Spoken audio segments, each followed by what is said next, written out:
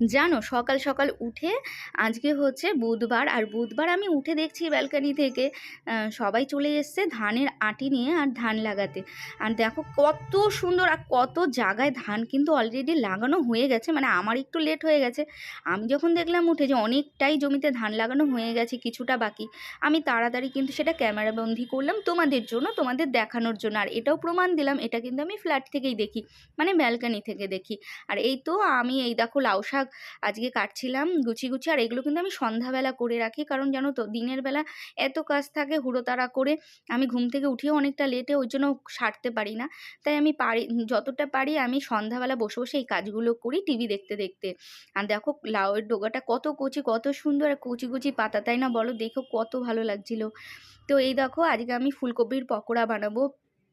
Pakora recipe তোমরা কম বেশি সবাই জানো, তবুও তোমরা যদি দেখতে চাও অবশ্যই আমাকে বলবে, আমি অবশ্যই তোমাদের খুব সুন্দর করে পকোড়ার ভিডিওটা দেখাবো।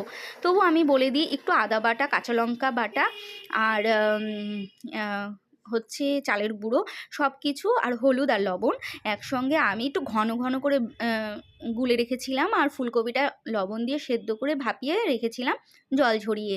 আর তারপরে এগুলো হচ্ছে একটু মাখিয়ে আমি 20 মিনিট রেখে দিয়েছিলাম।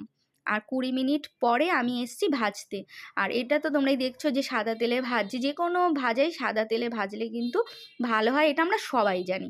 কিন্তু আমরা যদি সানরাইজ যে অয়েলটা হয় সানফ্লাওয়ারের, তো সেই অয়েলটা জানো তো একদম টানে না, আর গায়ে কোনো লেগেও থাকে না অয়েল।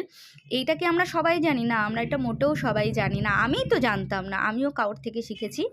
তো ওই জন্য এখন যখন আমি সাদা তেল কিনতে যাই তখন আমি বলি যে আমাকে সানফ্লাওয়ারের অয়েলটা দাও। আর সত্যি বলছি একদম অয়েল টানে না, সেটা তোমরা আজকে প্রমাণ দেখতেই পারবে। এই ভিডিওটার মধ্যে এই একটা টিপস ছিল, যেটা হচ্ছে তোমরা শিখলে। আর যারা জানো তারা তো জানোই, তবে আমি কিন্তু এত কিছু জানি না, আমিও এরকম ধীরে ধীরে একটা একটা করে জানি, আর তোমাদেরও বলি। আমার ভীষণ ভালো লাগে তোমাদের সঙ্গে কানেক্ট থাকতে। আর এই তো কয়েকটা তো ভাজা হয়েই গেছে, কি সুন্দর হয়েছিল জানো ভাজাগুলো।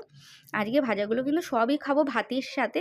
আর হ্যাঁ, লাস্টে কিন্তু এটাও থাকছে যে আমি আজকে কী কী রান্না করেছি সব তোমাদের আজকে শেয়ার করব আর দেখাবো।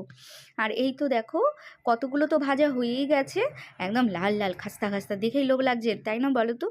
মুড়ি দিয়ে এরকম পকোড়া হলে সন্ধ্যাবেলা উফ জমে যায়। আর যদি খুব বৃষ্টি পড়ে তাহলে তো আর কোনো কথাই নেই। তবে হ্যাঁ, বৃষ্টির সিজনে ফুলকপির অনেক দাম থাকে বাবা, থাক ভেবেও লাভ নেই। তো এই তো এবার কথা বলতে বলতে আমার কিন্তু পকোড়া প্রায় হয়েই এসছে। চলো চলো তোমাদের দেখাই যে আজকে আমি কত কিছু রান্না করেছি। এই দেখো, এটা তো পকোড়া তোমাদের দেখালাম, আর এটা হচ্ছে মান কচু মাখা, বাটা করিনি, মাখা করেছি। আর এটা হচ্ছে লাউ শাক যেটা কাটলাম, ওটা মসুর ডাল দিয়ে করেছি। আর এটা বাঁধাকপি মটরশুঁটি দিয়ে করেছি।